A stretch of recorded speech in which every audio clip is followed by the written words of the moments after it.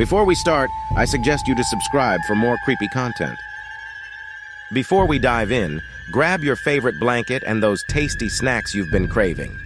We encourage you to share your thoughts in the comment section below. Let us know which tales you believe are real and which ones might have come straight from a storyteller's mind. So, without further ado, let the chilling stories begin. As we strolled along the trail, enjoying the dappled sunlight and each other's company, things took a puzzling turn. My parents, my younger sister, and I were chatting and having a good time. But then, as we rounded a bend, a lady approached us. At first, we thought she was just like any other hiker. What made her stand out was the fact that she appeared completely unprepared for a hike. She wore jeans and regular sneakers, carrying only a small purse, no proper hiking gear or supplies whatsoever. What really gave me the creeps was that she looked entirely unaware of the trail's length. She seemed oblivious to the fact that she had a long journey ahead of her. As she approached us, she explained that she was a bit lost and asked for guidance on how to get to a specific point on the trail. Her demeanor was calm and approachable, which put us at ease. My dad struck up a conversation with her, asking about where she was from and how she ended up on this trail. She responded cheerfully, sharing her story. But as she spoke, I couldn't shake off the feeling that her attention was somewhere else. Her eyes wandered, and her responses were a bit scattered, like her mind was wandering in a different direction. My sister gave me a nudge, and I could tell she felt the strangeness too. There was something off, like the woman was there physically, but mentally, she seemed distant. My parents exchanged a glance, and I could tell they were picking up on the odd vibe as well. After a friendly chat, we gave her the directions she needed and wished her well. As we walked away, I turned to steal another glance. I saw that she had started walking along the trail, her expression still distant. It was as if she was standing on the edge of a different reality. We picked up our pace, my heart fluttering. I kept glancing back, half expecting to see her following us, but as we walked towards our car, the lady was completely gone. When we finally reached the trailhead and the parking area, a sense of relief washed over me. We sat in the car, discussing the encounter. My parents agreed that it was truly peculiar. The woman had seemed so out of place, not just in her attire, but in her demeanor, too. It was like she was out of sync with the world around her. We've been on hikes before, but this was unlike anything we'd ever encountered. It wasn't the woods that gave me the chills, it was the woman's presence, or rather, her detachment from reality. We couldn't quite put our finger on it, but we all agreed that it was a strange and unsettling encounter. It was getting late, and a bunch of us were together, trying to find a shortcut through the woods to get to my home quicker. Seemed like a smart idea at the time, but what we encountered was far from what we expected. The woods were dimly lit as the sun began to set, casting long shadows that stretched across the forest floor. We were chatting and laughing, our voices mixing with the sounds of nature. We walked along a narrow path, feeling like we were on an adventure. Then, out of nowhere, it happened. Laughter, but not ours. It was a strange, eerie laugh that seemed to come from all around us. We froze in our tracks, our eyes widened and locked on each other. The forest fell quiet, as if it too was listening. We exchanged uneasy glances, our laughter silenced by this unknown sound. The woods seemed to close in around us, and the shadows grew darker. The hair on the back of my neck stood on end, and my heart raced. The laugh echoed again, louder this time, making us shiver. We searched the trees, our gazes darting around, trying to make sense of what was happening. None of us dared to speak. The forest had an unsettling energy that made us speechless. As quickly as it had started, the laughter stopped. The woods were quiet once more, as if whatever had caused it had vanished. But the tension lingered, and a heavy feeling in the air grew. We remained frozen in place, eyes darting, senses heightened. Last summer, my friend Alex and I decided to go camping in this remote forest. We'd heard it was serene and off the beaten path, perfect for a quiet getaway. We set up camp near a peaceful stream. The first day was typical camping fun. We hiked, cooked over the fire, and shared stories. As the sun set, we noticed that the woods got quiet, like too quiet. No rustling leaves, no chirping insects, just silence. We laughed it off, thinking maybe the animals were just taking a break. But that night, things changed. I woke up to this odd feeling, like I was being watched. The fire had died down, and the darkness outside was so thick it felt like it was pressing against the tent. I nudged Alex awake, whispering that something felt off. He listened for a moment and then froze. We both heard it, footsteps, soft, careful steps, like someone was right outside our tent. My heart raced, and I swear I could feel my pulse in my ears. We held our breath, straining to hear more. The footsteps stopped right beside our tent. We exchanged terrified glances, and Alex gripped a camping knife. The silence stretched on, and just when we thought we couldn't take it anymore, the footsteps started again. Slow and deliberate, they circled our tent. I managed to whisper, "What do we do?" But Alex just shook his head, eyes wide. It felt like hours, those footsteps circling us, and we were too afraid to even move. Then, as suddenly as it started, it stopped. The silence returned, deeper than ever. We stayed frozen in our sleeping bags until the first light of dawn crept into the tent. We unzipped the flap, and there was no one there. No signs of footprints or anything. We packed up our stuff faster than I thought was possible and practically ran out of there. The feeling of being watched, those slow footsteps, it was all too much. We didn't talk about it until we were safely back in town. We tried to find some explanation, maybe a wandering hiker or a lost animal, but it didn't make sense. There were no footprints, no disturbances in the dirt. It was like whoever, or whatever, had been watching us just vanished. I can't shake the feeling of those footsteps, that heavy silence. It's like a shadow in my mind, always lurking. I don't know what we encountered out there, and honestly, I don't want to. I've been camping before, but this was different. This was real fear. Last summer, me, my family, and my friend's family went for a day out in the woods. We all wanted to have a good time, so we brought food for a picnic. The sun was shining and the woods felt calm and inviting. We found a nice spot, spread out our blankets, and began enjoying our meal. Laughter filled the air as we talked and shared stories. The food tasted delicious, and the atmosphere was perfect for a relaxing day. After we finished eating, we decided to take a walk. We left our things behind, our bags, the remaining food, and some personal items. It was just a short walk, and we didn't think anything would happen. As we strolled through the woods, the path ahead seemed serene. Then, as we turned around and headed back, something felt off. We reached our picnic spot, and that's when we noticed it. Our things were scattered around. I suddenly realized that something was wrong. We approached our belongings, and it was clear that someone or something had been there. Food wrappers were torn, and some of the food was missing. It was as if someone had been hungry and decided to help themselves. At first, we thought it could have been animals. Maybe raccoons or squirrels had gotten into our stuff.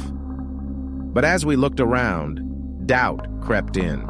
The wrappers seemed to be torn with purpose, and some of the food was missing completely, like it had been taken intentionally. My friend's family was as confused and uneasy as mine. We knew we were alone in the woods, and no animals could do this kind of damage. It was as if someone, or something, had invaded our space while we were away. We tried to rationalize it, but the atmosphere grew tense.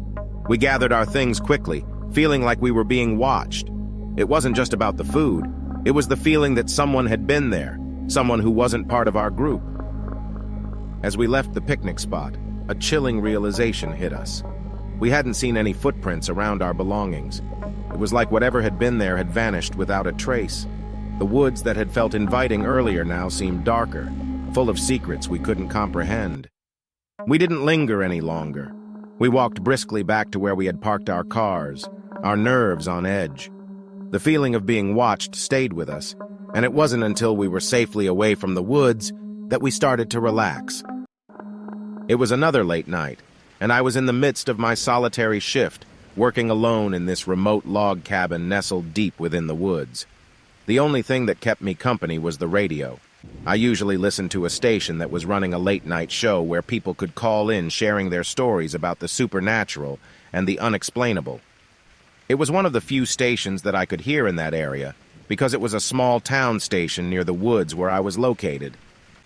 The radio host's voice was soothing, a contrast to the unsettling stories he shared. His tales spoke of haunted locations, mysterious apparitions, and things that defied reason. As I listened, a shiver ran down my spine, even as the warmth of the fireplace enveloped me. I found myself drawn into the host's stories, lost in the eerie atmosphere he painted. Yet amidst the tales of the unexplained, a change swept over the show. The host's tone grew more serious, a mix of curiosity and apprehension underlying his words. "We have a caller joining us," he announced, his voice carrying a cautious edge. "A listener with a story to tell. Caller, you're live on the air." A young man's voice trembled through the speakers. He recounted a night much like the one outside, describing how he had heard strange noises echoing through the woods.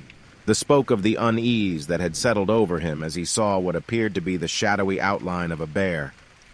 Listening to the caller's story, I couldn't shake the feeling of unease that had settled upon me.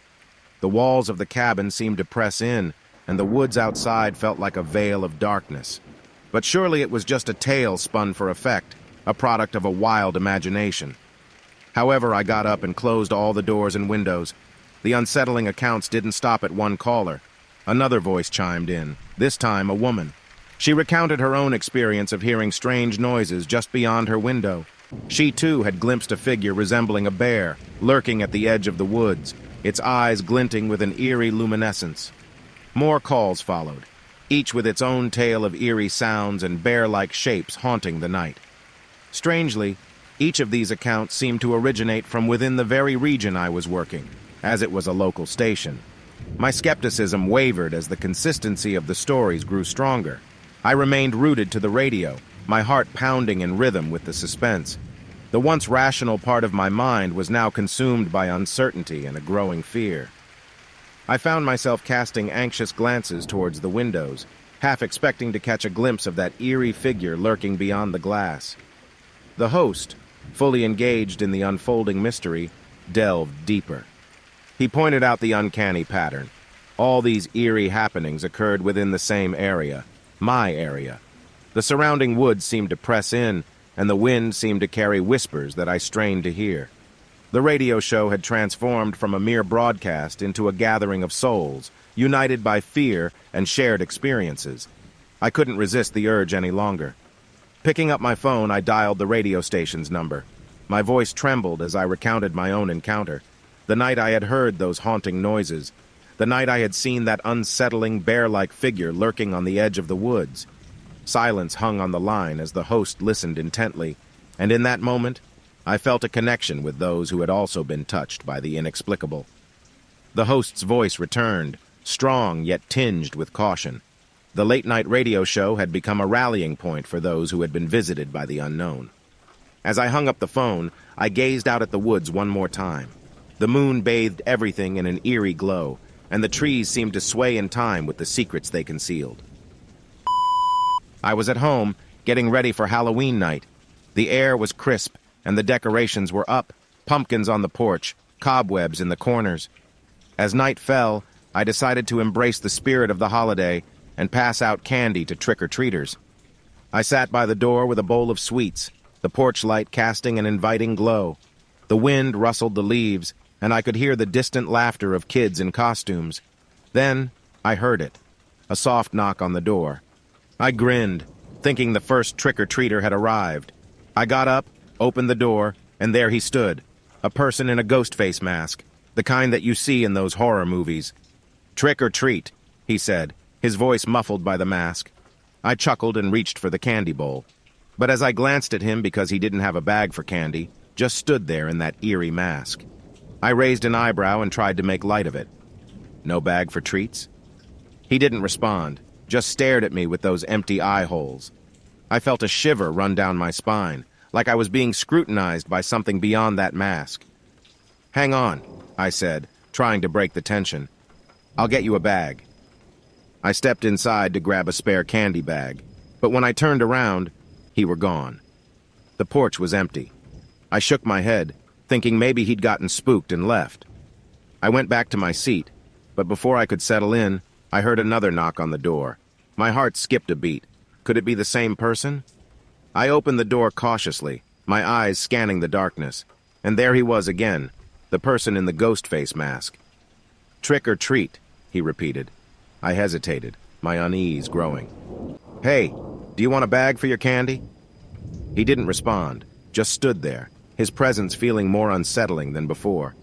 I handed him a candy bag and he took it without a word, like a silent observer. I watched him go down the porch steps. I was on edge, my heart racing as I closed the door and locked it. Maybe it was just a weird prank, I tried to convince myself.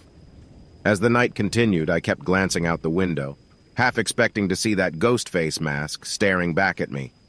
Every sound, every gust of wind had me jumping. I couldn't shake the feeling that I was being watched, that something was lurking just out of sight. Hours passed, and Halloween night quieted down. I was ready to put the strange encounter behind me. But then, just as I was getting ready to go to bed, I heard it, the sound of footsteps on the porch. I rushed to the door, my hands trembling. I flung open the door, and there he was again, the person in the ghost face mask. He was holding the candy bag, but it was empty, his gloved fingers gripping it tightly. "Trick or treat," he said, his voice colder than before. Fear gripped me, and I stumbled back, my mind racing with thoughts of danger. "Who are you? What do you want?" He didn't answer, just stood there, and then, without another word, he turned and walked away into the darkness. I slammed the door shut, my heart pounding so hard it hurt. I locked every door and window, trying to keep out the feeling of dread that had settled over me. Who was that person? What did he want? Halloween came and went, but the memory of that sinister trick-or-treater lingered. It happened to me and my buddies not too long ago. We decided to explore an old, abandoned mental hospital. It was the kind of adventure we thought would be cool, but trust me, it turned into something straight out of a nightmare. We were all about daring each other, so we figured exploring an abandoned mental hospital would be the ultimate thrill. We pushed open the creaky door, and the musty smell hit us like a punch. Our flashlights cut through the darkness, revealing long, empty hallways and the remnants of what used to be rooms. I'll admit, it was really disturbing, but we were young and fearless, or so we thought. As we wandered deeper into the hospital, the silence was deafening. The only sounds were our footsteps echoing against the grimy walls.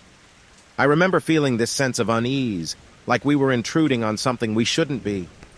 We found our way to a room that looked like it had been forgotten by time. In the corner there was an old projector covered in dust and cobwebs. It gave me the creeps, but my friends, they were all about checking it out. So we plugged it in and turned it on. The room was suddenly filled with flickering light, and images started to dance on the wall. But these weren't just any images. They were old videos of patients from back in the day, when the hospital was still in use. These patients, they had difficulties, you know. They moved around like they were lost in a world of their own. At first, it was unsettling. I mean, these people were suffering, and we were watching their pain on that wall. But then, something shifted. The images started to glitch, to warp, and it was like the patients were moving in ways that weren't possible, contorted, unnatural movements that made my stomach turn. I glanced at my friends, and their faces were pale, eyes wide with shock. We tried to turn off the projector, but it wouldn't respond. The images just kept playing, looping over and over, each time more distorted and disturbing than before. I can't even describe the horror of it. Those patients on the wall, they were moving like something was taking over them, something beyond their control. Their eyes seemed to pierce through the projector's light, locking onto us with a mix of agony and desperation. Fear gripped us, and we stumbled out of the room, our breaths coming out in shaky gasps. The images were burned into my mind, like a nightmare I couldn't escape. We left the hospital, our hearts pounding, and didn't look back until we were far away from that place. We didn't talk about what we saw for a long time. It was like those images were too disturbing to put into words. We tried to find answers, scouring the internet for any information about the hospital and its patients. Turns out, there were stories about experimental treatments, about the suffering that went on behind those walls. Maybe what we saw was a glimpse into that pain, into the agony those patients endured. To this day, those images haunt me. It's like they're etched into my mind, and sometimes when I close my eyes, I can still see them, those contorted, tormented figures moving in the projector's light. I was cruising along a desolate stretch of road, coming from my usual late-night shift. The air was thick with silence, broken only by the hum of my engine. It was the kind of remote place where you could drive for hours without seeing a single soul. As darkness settled in, I found myself engulfed in an eerie quiet. But then, something strange happened. Static crackled through my radio, and a voice cut through the silence. I frowned and adjusted the dial, thinking maybe I had stumbled upon some local radio station. But the voice persisted, growing clearer with each passing moment. I leaned closer, straining to catch the words. The voice was calm, almost monotone, sharing updates and news from a town that no longer existed on any map. It was like I had stumbled upon a time capsule, a portal to the past. The broadcasts were mundane at first, like snippets from a forgotten era, as if they first aired 20 or 30 years ago. People talking about the weather, local events, nothing out of the ordinary. I was intrigued, engrossed by the nostalgic charm of it all. But then, as the night deepened, the tone shifted. The messages grew darker. They started telling about disappearances, of people vanishing without a trace. My heart quickened as I listened, a chill running down my spine. I couldn't tear myself away from the radio, like I had been drawn into a web of mystery and intrigue. They spoke of eerie rituals, of things that should have stayed buried in the past. I pulled over, my hands gripping the steering wheel, my heart racing. What was I listening to? Was this some elaborate prank, or had I stumbled upon something far more sinister? The voice on the radio grew more urgent, the words overlapping and twisting together. I could feel the weight of history pressing down on me, the darkness of the past enveloping me like a shroud. And then, just as suddenly as it had begun, the broadcast stopped. The static returned, filling the airwaves with its crackling emptiness. I was left in silence, my heart pounding, my mind racing with questions. I sat there for a moment, my thoughts a whirlwind of confusion and fear. What had I just witnessed? As I continued my journey, the memory of those messages haunted me. I couldn't shake off the feeling that I had witnessed something beyond explanation, something that defied logic and reason. I became obsessed with deciphering the mystery, with uncovering the truth behind those unsettling broadcasts. I scoured the internet for any information about the town, about its history and the disappearances it hinted at. But no matter how hard I searched, I came up empty-handed. It was as if the town had been wiped from existence. Months passed, and I found myself consumed by the mystery. I couldn't let go, couldn't shake off the feeling that I had stumbled upon something that wasn't meant for me to know. It all happened on a stormy Sunday night around 11 p.m. My parents were away on a holiday, leaving me alone in the house. It wasn't something new. It wasn't even the first time, and I was used to staying at home alone. The storm outside was fierce. I was on the couch, wrapped in a cozy blanket, trying to find something to watch on TV. I then decided to go to the kitchen to prepare something to eat. As soon as I had finished preparing my meal, the house intercom rang. At first, I thought it might be a glitch caused by the storm since it had happened other times. After all, who could it be on a Sunday night at 11 p.m. during a storm right? However, I approached the intercom panel near the front door.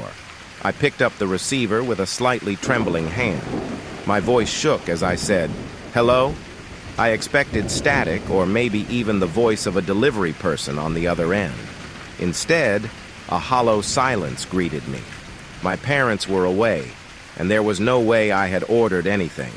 I decided to call my parents just to be sure. They confirmed that they hadn't ordered anything either. I looked out the window, wondering who would be standing outside in this weather. I hesitated, then cautiously spoke into the intercom again. "Leave the package by the door. I'll get it later." My voice was steady, but my heart still raced.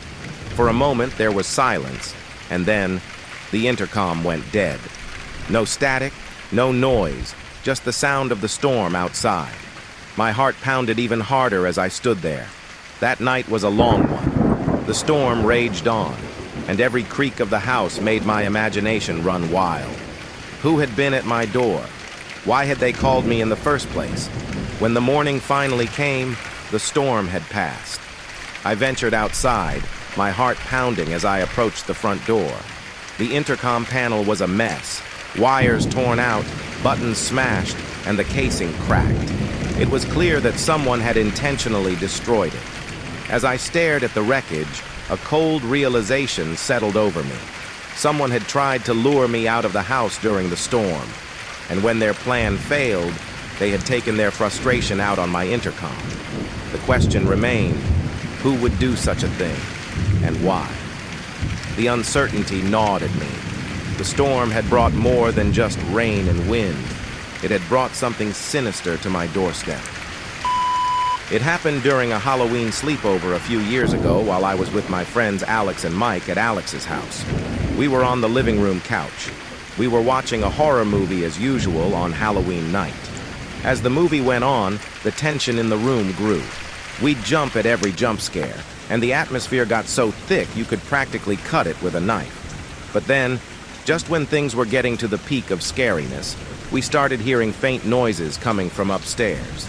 At first, we didn't pay much attention to it, as we knew it was just the old house being itself, creaking and groaning like old houses do.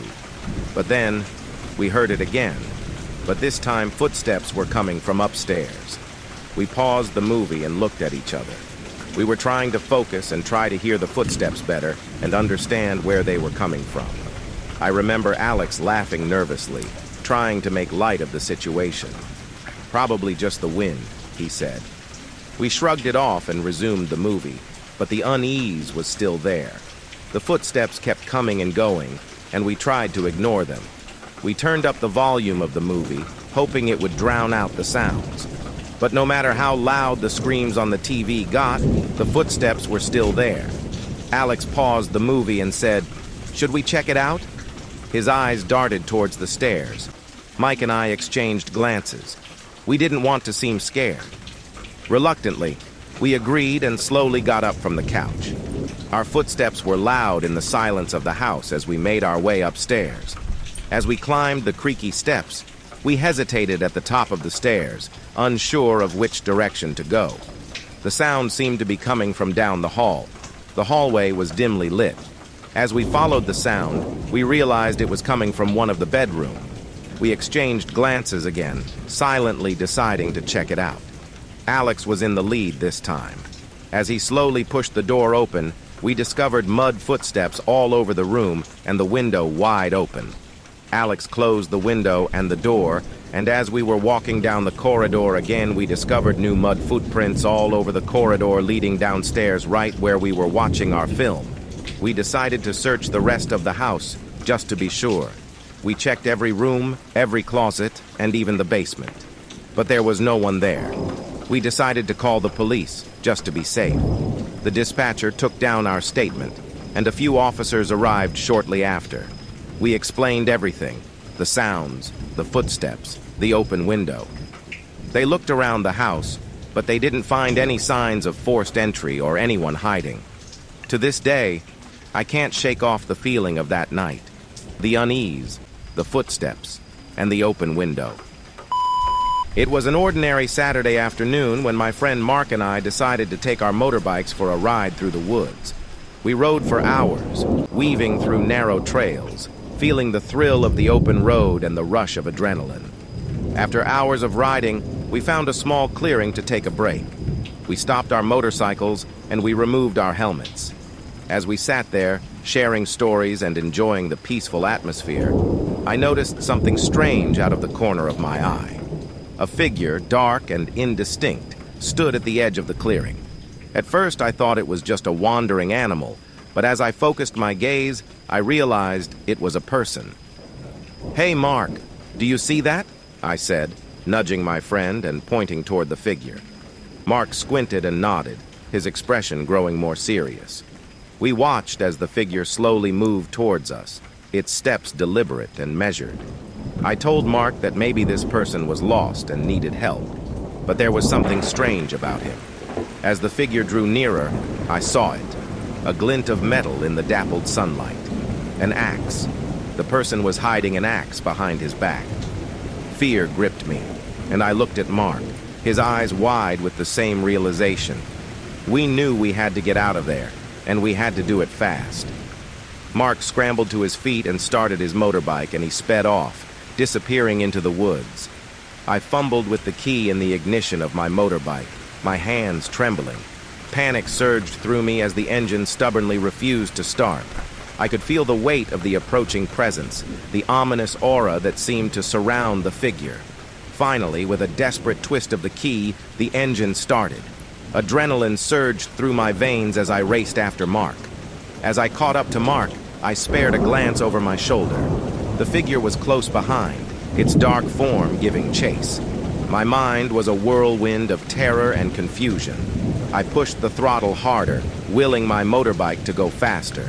The wind whipped against my face, and I could feel the figure's presence receding slightly.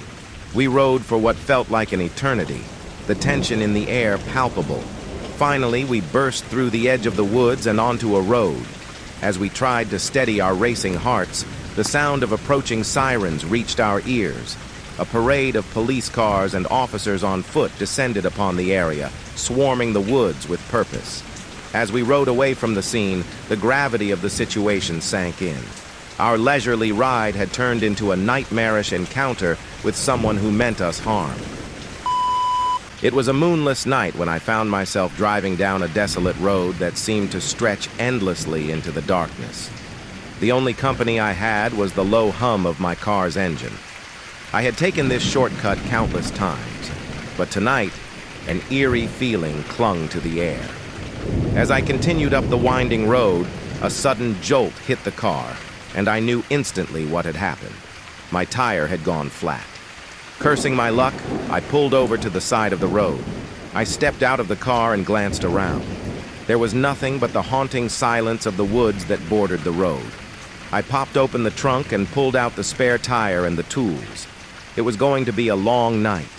Just as I was starting to wrestle with the stubborn nuts, I heard rustling from the woods. My head snapped in the direction of the sound.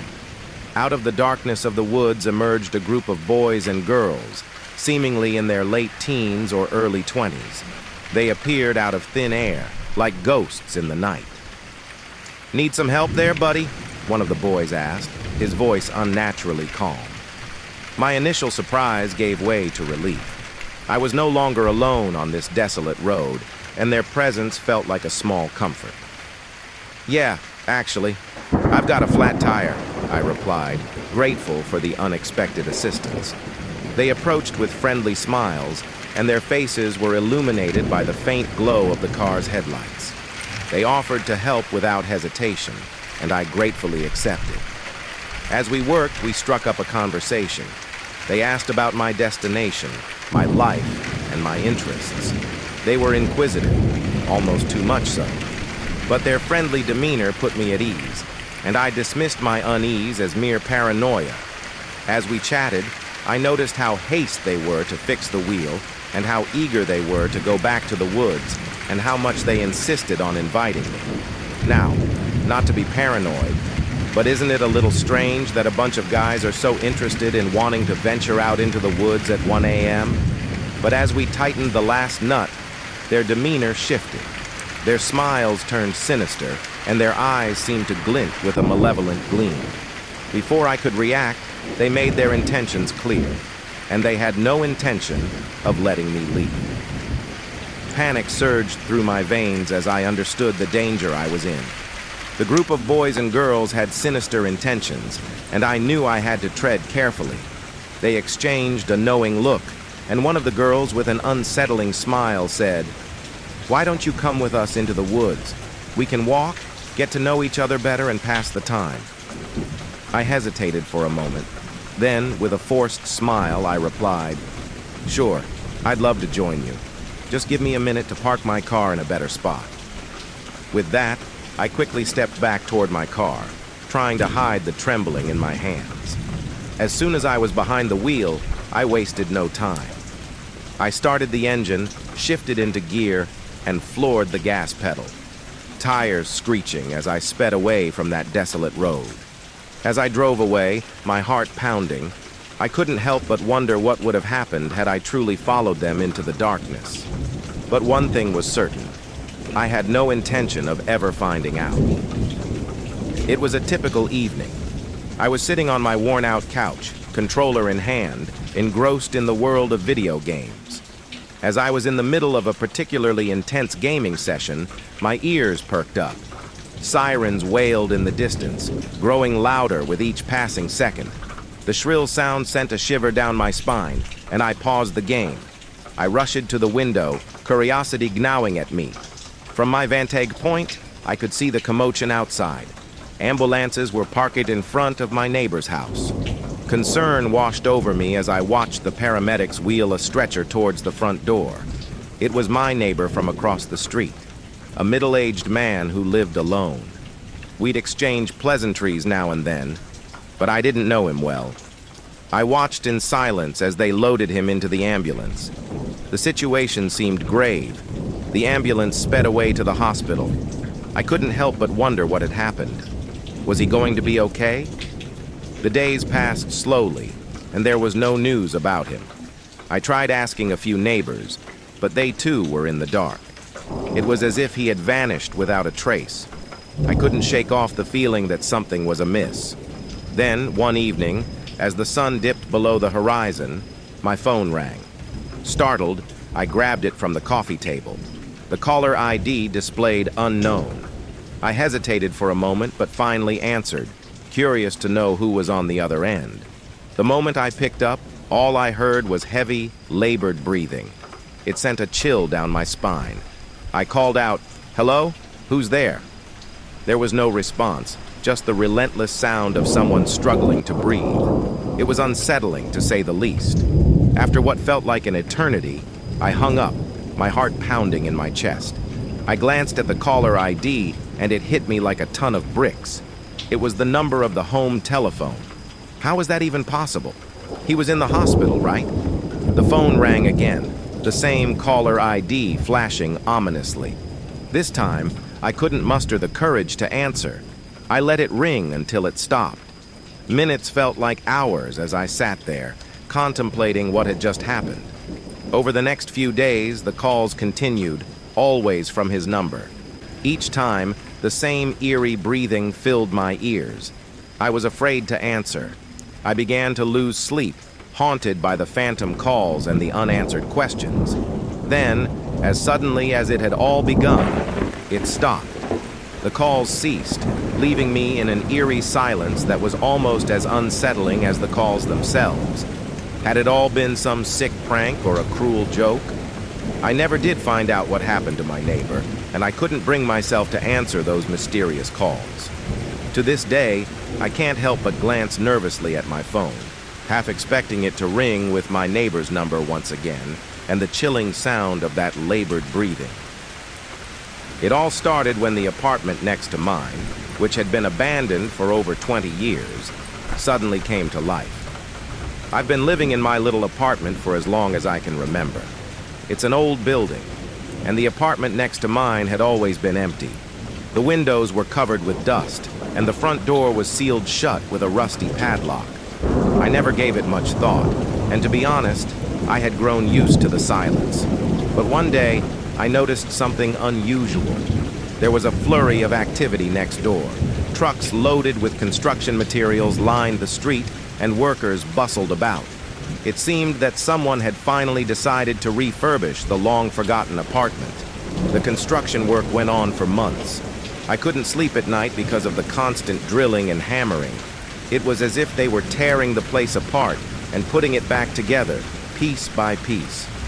One evening, as the construction noise finally ceased, I decided to do something neighborly. I wanted to welcome the new resident to the building. I rang the doorbell of the freshly renovated apartment next door, expecting a warm greeting in return. But there was no response. I tried a few more times, but still, no one answered. I found it odd. After all the months of work, you'd think someone would be eager to move in. I even left a friendly note with my phone number, but I received no call or message. It was as if the apartment remained uninhabited. As the days turned into weeks and then months, I couldn't help but notice something even stranger.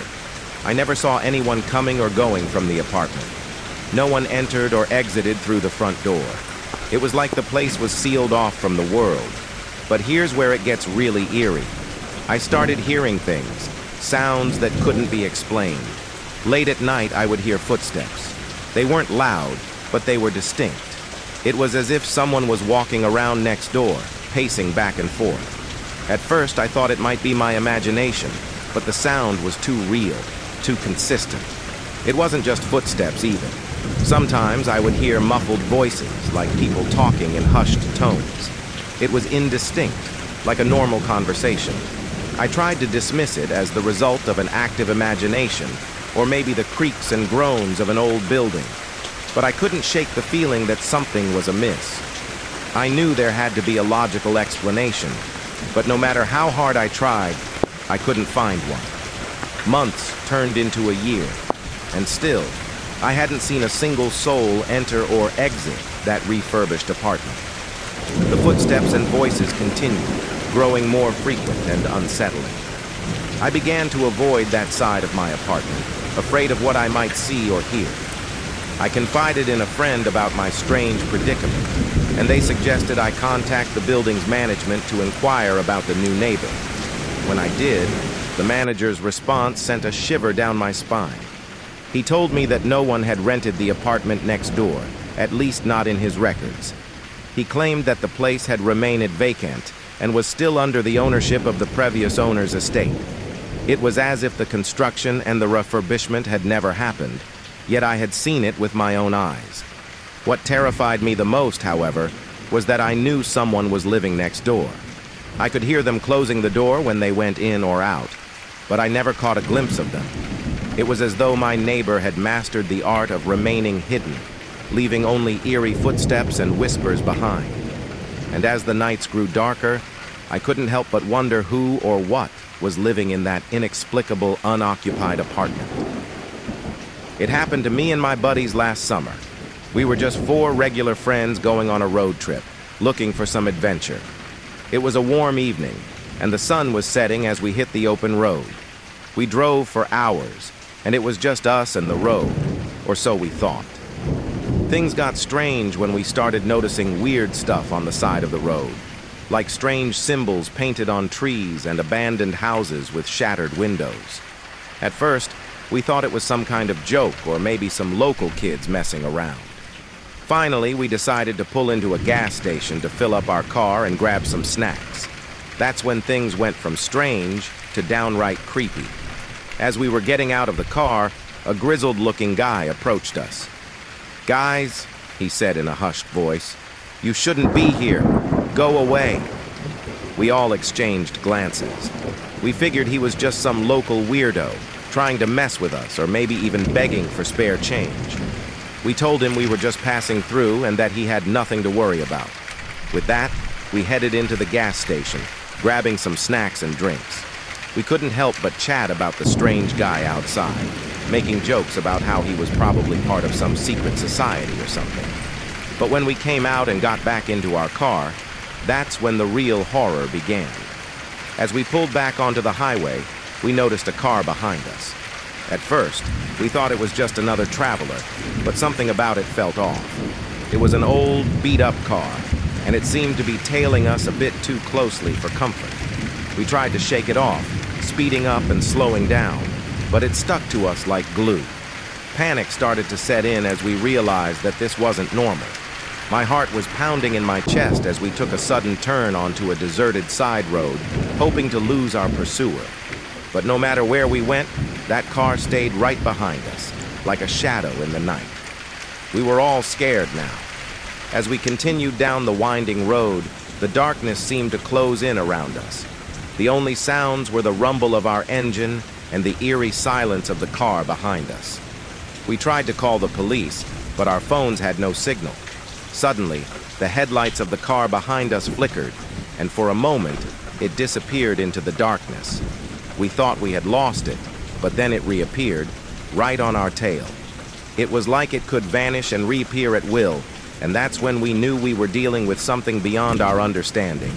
Hours passed, and exhaustion set in. Finally, just when we thought we couldn't go on any longer, the first light of dawn broke on the horizon. And as the sun's rays chased away the darkness, the car behind us simply vanished, leaving us shaken and bewildered on the side of the road. To this day, we don't know who or what was chasing us that night. The car behind us had mysteriously stopped following us, disappearing into the darkness for good. You see, I've always been a fan of exploring off-the-beaten-path places, and this one was no exception. The train track I decided to walk on had been abandoned for years. They'd built a new, faster route to the city, and this old track was left to rust and decay. I was more than sure that this path was long forgotten by the trains. So, with a sense of adventure, I calmly strolled along the rusty rails, the thick forest on either side casting eerie shadows. The walk was peaceful at first. The only sounds were the chirping of birds and the rustling of leaves in the gentle breeze. I marveled at the way nature had reclaimed the area, with vines creeping over the tracks and trees growing through the old rail ties. But after a while, something strange started to happen. I began to feel a faint vibration beneath my feet.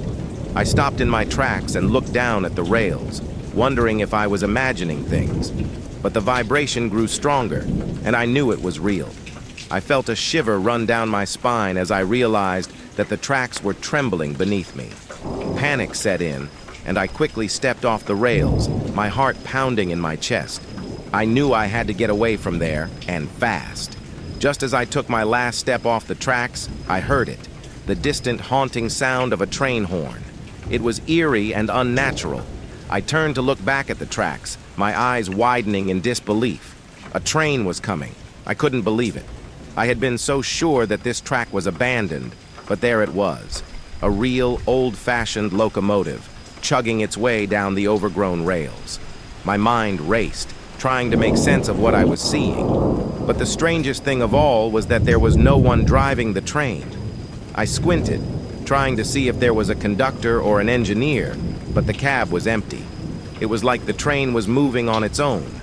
As the train grew closer, I could see that the cars were empty too. There were no passengers, no crew members, nothing. It was as if this train were a ghostly apparition, a relic from a bygone era. I stood there, frozen in fear and awe, as the train passed by. The sound of the wheels on the tracks was deafening. And then, as quickly as it had come, the train disappeared into the distance, leaving me in stunned silence. I couldn't believe what I had just witnessed. I made my way back home, my mind racing with questions. To this day, I can't say for sure. All I know is that the remote woods hold secrets, and sometimes, when you least expect it, those secrets come to life in the most unsettling ways. I was at home, getting ready for Halloween night. The air was crisp, and the decorations were up, pumpkins on the porch, cobwebs in the corners. As night fell, I decided to embrace the spirit of the holiday and pass out candy to trick-or-treaters. I sat by the door with a bowl of sweets, the porch light casting an inviting glow. The wind rustled the leaves, and I could hear the distant laughter of kids in costumes. Then, I heard it. A soft knock on the door. I grinned, thinking the first trick-or-treater had arrived. I got up, opened the door, and there he stood, a person in a ghost face mask, the kind that you see in those horror movies. "Trick or treat," he said, his voice muffled by the mask. I chuckled and reached for the candy bowl. But as I glanced at him because he didn't have a bag for candy, just stood there in that eerie mask. I raised an eyebrow and tried to make light of it. No bag for treats. He didn't respond, just stared at me with those empty eye holes. I felt a shiver run down my spine, like I was being scrutinized by something beyond that mask. "Hang on," I said, trying to break the tension. "I'll get you a bag." I stepped inside to grab a spare candy bag, but when I turned around, he were gone. The porch was empty. I shook my head, thinking maybe he'd gotten spooked and left. I went back to my seat, but before I could settle in, I heard another knock on the door. My heart skipped a beat. Could it be the same person? I opened the door cautiously, my eyes scanning the darkness. And there he was again, the person in the ghost face mask. "Trick or treat," he repeated. I hesitated, my unease growing. "Hey, Do you want a bag for your candy? He didn't respond, just stood there, his presence feeling more unsettling than before. I handed him a candy bag, and he took it without a word, like a silent observer. I watched him go down the porch steps. I was on edge, my heart racing, as I closed the door and locked it. Maybe it was just a weird prank, I tried to convince myself. As the night continued, I kept glancing out the window, half expecting to see that ghost face mask staring back at me. Every sound, every gust of wind had me jumping. I couldn't shake the feeling that I was being watched, that something was lurking just out of sight. Hours passed, and Halloween night quieted down. I was ready to put the strange encounter behind me. But then, just as I was getting ready to go to bed, I heard it, the sound of footsteps on the porch. I rushed to the door, my hands trembling. I flung open the door, and there he was again, the person in the ghost face mask. He was holding the candy bag, but it was empty, his gloved fingers gripping it tightly. "Trick or treat," he said, his voice colder than before. Fear gripped me, and I stumbled back, my mind racing with thoughts of danger. "Who are you? What do you want?" He didn't answer, just stood there. And then, without another word, he turned and walked away into the darkness. I slammed the door shut, my heart pounding so hard it hurt. I locked every door and window, trying to keep out the feeling of dread that had settled over me. Who was that person? What did he want? Halloween came and went, but the memory of that sinister trick-or-treater lingered. It was Halloween night, and I was hanging out with my friends at my place. We decided to have a scary movie marathon, complete with popcorn, chips, and candies. My parents were away for the night, so we had the whole house to ourselves. The atmosphere was fun, but it was also a little spooky with all the Halloween decorations around the house and the rain pouring outside. Then, out of nowhere, the lights went out. The room was plunged into darkness, and we all let out a collective groan. We scrambled to find our phones and used their flashlights to navigate. With nothing else to do, someone suggested doing something creepy, like a Ouija board. We thought it would be fun, just to see if anything spooky would happen. We lit candles. We drew a makeshift board on a piece of paper and used an upside-down glass as our planchette. We started asking questions like, "Is anyone here with us?" And, "Can you show us a sign?" At first, nothing happened.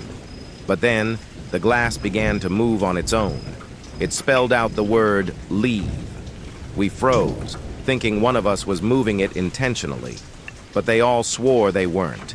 We continued to ask questions, and the answers became even more chilling. It claimed to be someone who had lived in the house long ago, and they were not happy with our presence. The room felt cold, and the air was heavy. Suddenly, we heard strange noises coming from different parts of the house. Footsteps, whispers, and doors creaking. Things were getting scary, and someone suggested that perhaps we should stop, as we were going too far. Just as we were about to panic, the lights flickered back on. The room was once again filled with light, and the strange occurrences stopped. We were all shaken and didn't know what to make of it. We decided to call it a night, and my friends left, still spooked by what had happened. I couldn't help but wonder if the ritual we had performed had somehow opened a door to the unknown. That Halloween night, we learned that sometimes it's best not to dabble with the supernatural, even in the safety of your own home. The memory of that haunting experience would stay with us forever, a chilling tale to share with others who were brave enough to listen. It was Halloween night, and I was all alone at home. I'd carved pumpkins, watched a scary movie, and had a bowl of candy ready for trick-or-treaters. Tired from the evening's activities, I decided to call it a night. I turned off the lights, locked the doors, and crawled into my bed. As I lay there, I could hear the distant laughter of kids trick-or-treating outside. The wind rustled the leaves, creating an eerie atmosphere. I checked my phone one last time, scrolling through social media for a bit. It seemed like a normal, quiet night. Then, just as I was about to fall asleep, a notification pinged on my phone. It was from my front door camera. The message read, "Motion detected." I frowned, thinking it might be a late-night trick-or-treater, but who would be out so late? I mean, I didn't expect someone still trick-or-treating at 2 a.m. I decided to check the camera feed. What I saw sent shivers down my spine. A figure, cloaked in darkness, moved across the screen. They weren't wearing a costume. It was just a shadowy figure, like someone trying to be invisible. My heart raced as I stared at the screen. I knew I had locked the doors, but I couldn't shake the feeling of unease. I watched as the figure slowly approached the front door. That's when I heard it, faint but unmistakable, the sound of footsteps in my house. I couldn't believe what I was hearing. Who was this intruder in my home on Halloween night? I was alone, defenseless, and my phone was my only lifeline. I gathered my courage and decided to call the police, whispering into the phone, "There's someone in my house." The dispatcher assured me that help was on the way. I clutched the phone tightly, waiting in the darkness, listening to the approaching footsteps. The footsteps grew louder and closer, echoing through the empty hallways. My heart pounded in my chest as I tried to stay as silent as possible. I heard them getting closer and closer to my bedroom door, and then they stopped right outside. I held my breath, hoping the police would arrive soon. The seconds felt like hours. Suddenly, the doorknob turned slowly, and the door creaked open. A cold breeze swept into the room. I couldn't see who it was in the dark, but I knew they were there, just on the other side of the door.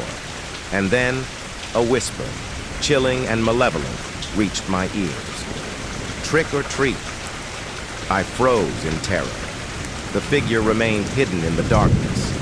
My heart pounded louder as I realized that this intruder wasn't here for candy or pranks. This was something far more unsettling. I whispered into the phone, "The intruder is in my room. Please hurry." The dispatcher assured me again that help was on the way. I was trapped, pinned down in my own room, defenseless. In that moment, I wished for nothing more than the police to arrive. The suspense was unbearable, and the fear gnawed at my soul. I dared not look, for I feared what I might see. All I could do was lie still and pray for the nightmare to end. The minutes dragged on, feeling like an eternity. Finally, I heard the sirens approaching, growing louder and louder until they were right outside my house. The intruder seemed to sense the impending danger and darted away, leaving me alone in my room. The police rushed in, searching every corner of the house, but the intruder had vanished.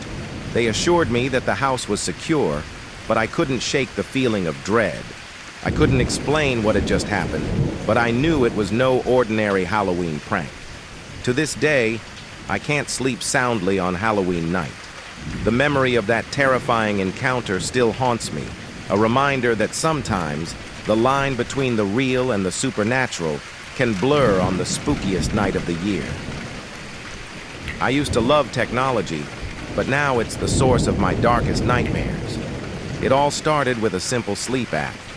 I'd always had trouble sleeping, so when a friend recommended an app that claimed to monitor sleep patterns and offer soothing sounds, I thought, why not? Little did I know that this decision would lead me down a path of fear and sleepless nights. For the first few weeks, the app worked like a charm. It tracked my sleep cycles, played soothing ocean waves, and helped me drift off into peaceful slumber. My nights were quiet, and my dreams were mostly uneventful. But then, something strange began happening. One night, as I reviewed the app's recorded data, I noticed a peculiar spike in the audio recordings. I played it back and was immediately chilled to the bone. Among the soothing sounds of waves crashing, there were faint, eerie whispers and chilling laughter. But I realized something even more unsettling. I had never heard these sounds during the night. Thinking it might be a prank, I dismissed it. After all, technology can be unpredictable. However, the next night, the whispers and laughter were back, and I couldn't deny their presence in the recordings. My room had always been quiet, and I'd never experienced anything like this during my sleep. Panic set in as I contemplated the implications. Was someone messing with me? Perhaps the developer of the app had some malicious intent. I reached out to my friend who had suggested the app, but he insisted that he hadn't experienced any strange sounds on their end. As the weeks passed, the disturbances escalated. The whispers and laughter grew more distinct, yet I continued to sleep peacefully, oblivious to the horrors recorded in the app. It was as if someone was messing with me. Desperate for answers, I underwent a sleep study, hoping it would provide insight into the source of my nocturnal torment. The results, however, were inconclusive. No physical abnormalities, no sleep disorders, nothing that could explain the haunting recordings. Doubts and fear consumed me. Perhaps I was going mad. Every morning I'd listen to the app's recordings, hoping for answers, but I remained unable to comprehend the whispers and laughter. One night, as I lay in bed and listened for the unsettling sounds, they simply ceased. The room fell eerily silent, and the ominous presence that had haunted my sleep seemed to have vanished. I couldn't believe my luck, or perhaps misfortune. I continued to use the sleep app, but from that night on, I heard nothing. The eerie sounds had disappeared, leaving me in a state of unease, unsure of their origin and purpose. In the days that followed, I cautiously resumed my life, but the scars of the haunting recordings still lingered. I couldn't shake the feeling that the entity might return. The inexplicable silence was almost more unsettling than the sinister laughter. As time passed, the sleepless nights began to fade into a distant memory. I started to believe that I had escaped the clutches of the enigmatic presence for good.